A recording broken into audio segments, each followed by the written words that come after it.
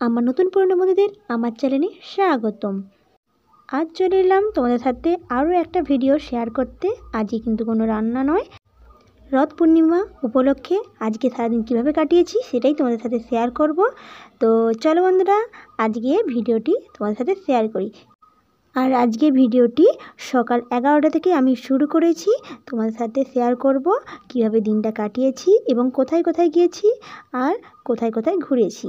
তো চলো বন্ধুরা, তোমাদের সাথে পুরো ভিডিওটা আজকে শেয়ার করি। নমস্কার বন্ধুরা, প্রিয়াঙ্কা বেঙ্গলি ব্লগে তোমাদের আরও একবার স্বাগত, শুভেচ্ছা ও ভালোবাসা।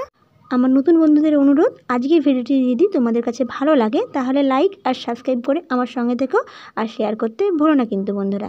তো দেখো বন্ধুরা, সকাল 11টা থেকে আমি আজকে ভিডিওটা শুরু করলাম। আর দেখো সকাল 11টা বসে পড়েছিলি বিড়ি নিয়ে। আর সকালবেলা তো এই কাজটা আমি করি, তোমাদের কাছে দু একটা ভিডিওতে আমি শেয়ার করেছি। এই বিড়ির কাজটা করে নিয়ে তারপরে আরও কাজ রয়েছে আমার। এই দেখো বন্ধুরা, অনেকটা হয়ে গিয়েছে কাজ, আরও কিছুটা রয়েছে। এই কাজটা আমি করে নেব, আর করে নেওয়ার পরে আরও কাজ রয়েছে, সেগুলো তোমাদের সাথে শেয়ার করব। তো দেখো বন্ধুরা, এই যে আজকে যেহেতু পূর্ণিমা, তাই কীর্তনের কাকুরা এসেছিলো আজকে কীর্তন করতে। এই দেখো কীর্তন হয়ে গিয়েছে, পুজো করা হয়ে গিয়েছে, আর কাকুরা চলে যাচ্ছে। এবার তোমাদের সাথে শেয়ার করলাম দুপুরের ভোজন। আর আজকে দুপুরের ভোজনটা দেখতেই পাচ্ছ, অনেক লোকের সঙ্গে বসেছি। অনেকেই বুঝতে পারছো খাবার খেতেই বসে আছি।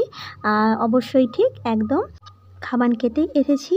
আর দেখো দাদারা সব খাবার দিচ্ছে, পরিবেশন করছে। আর এটাকে ঠিক ভাত খাওয়া নয়, এটাকে আমরা অন্নপ্রসাদ বলি। আর এটা হচ্ছে আমাদের গ্রামের মন্দির, গোবর্ধন ঠাকুর। আর তারই একদিনের জন্য ঠাকুর প্রসাদ হয়। আর দেখো হাজার হাজার লোক আসে এখানে শুধু বিনা নিমন্ত্রণে খাবার খেতে। তো এবার তোমাদের সাথে শেয়ার করলাম খাওয়া দাওয়া।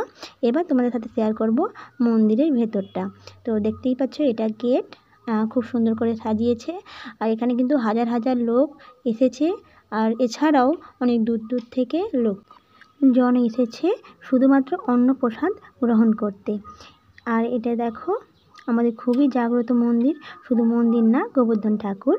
আর এবার তোমাদের ভেতরটা শেয়ার করলাম কত সুন্দরভাবে সাজিয়েছে। এছাড়া মন্দিরটা তোমার সাথে শেয়ার করব পুরোটা, তো ভিডিওটি স্কিপ না করে পুরোটা দেখতে থাকো।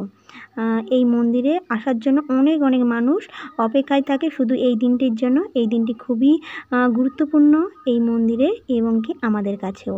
তো দেখো বন্ধুরা, খুব সুন্দরভাবে সাজিয়েছে।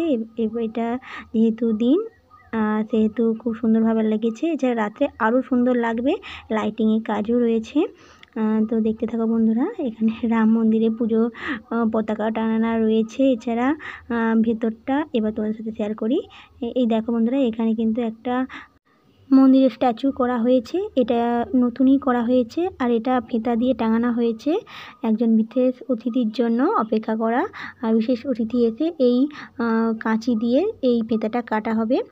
তো দেখতেই পাচ্ছ খুব সুন্দরভাবে এই স্ট্যাচুটি বানিয়েছে। আর দেখো তোমরা খুব সুন্দরভাবে সাজিয়েছেও, ভীষণ সুন্দরভাবে। আগেরবারে এসেছিলাম কিন্তু এই স্ট্যাচুটা হয়নি। আর এই স্ট্যাচুটি নতুন তৈরি হয়েছে, সেটা তোমার সাথে শেয়ার করলাম। আর দেখো খুব সুন্দরভাবে সাজিয়েছে, ভীষণ সুন্দরভাবে। এখানে শ্রীকৃষ্ণ, এছাড়া অন্যান্য দেবতারাও রয়েছে। দেবতা বলতে সখী, এছাড়া হরেকৃষ্ণ ঠাকুর আমি বলি। যাই হোক, সবাই সুন্দরভাবে সাজিয়েছে এই জায়গাটিকে। এবার তোমাদের সাথে শেয়ার করি ভেতরটা কত সুন্দরভাবে সাজিয়েছে। এছাড়া এখানে অনুষ্ঠানও হচ্ছে। আর এখানে আমি অনুষ্ঠানের আওয়াজটা তোমাদের সাথে শেয়ার করতে পারলাম না, সরি বন্ধুরা, কারণ কপিরাইটের ব্যাপার তো অনেকেই জানো, তাই আমি তোমাদের সাথে শেয়ার করলাম না। এবার তোমাদের সাথে শেয়ার করলাম ভিতরে দৃশ্যটা, এছাড়া সুন্দর মুহূর্তটা। তো দেখো বন্ধুরা কত সুন্দরভাবে সাজিয়েছে। এছাড়াও সুন্দরভাবে কীর্তনও হচ্ছে। আর দেখো অনেক মাসিমারা, কাকিমারা বসে বসে কীর্তন শুনছে। এছাড়া দাদা ভাইরাও রয়েছে। আর দেখো দূর থেকে তোমার সাথে শেয়ার করলাম ওই যে ঠাকুর, যে গোবর্ধন ঠাকুর আমাদের।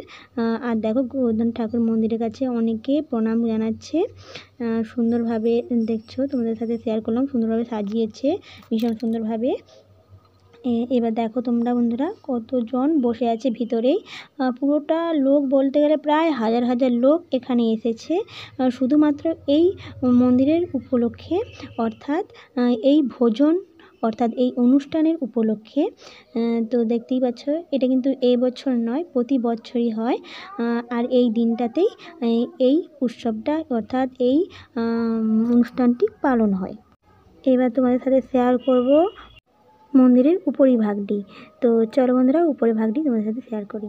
তো দেখতেই পাচ্ছ উপরে চলে এসেছি, আর দেখো অনেক কাকিমারা প্রণাম করছে, আর এই ফুলগুলো অনেকে দান করেছে শুধুমাত্র ঠাকুরের জন্য। তো ফাইনালি গোবর্ধন ঠাকুরের মন্দির তোমাদের সাথে শেয়ার করলাম। এবার বাইরে দেখাচ্ছি তোমাদের, এটা শিব ঠাকুর রয়েছে। আর চলে যাচ্ছি এবার, অলরেডি তোমাদের সাথে ঠাকুরটা শেয়ার করলাম। আর এই দেখো অনেক দাদারা রথ সুন্দর করে সাজাচ্ছে, রথ টানা হবে আবার বিকেলবেলা। তোমাদের সাথে বিকেলবেলাটা শেয়ার করতে পারলাম না, সরি বন্ধুরা। এবার চলে যাব, অনেকটা হয়ে গিয়েছে সময়। তোমরা দেখো এখানে কিন্তু অনেক খাবার দাবার রয়েছে, এছাড়া অনেক লোক খাওয়া দাওয়া করছে। আর এটা হচ্ছে বাইরের মন্দির। এই দুপুর থেকে কিছু কিছু দোকানপাট এখন খুলে দেওয়া হয়েছে, এছাড়া সন্ধ্যাতে আরও দোকানপাট দেখা যাবে। ধন্যবাদ বন্ধুরা, এতক্ষণ ভিডিওটি দেখার জন্য অসংখ্য ধন্যবাদ। আজকের মতো এখানেই, আবার দেখা হবে পরবর্তী একটা ব্লগ।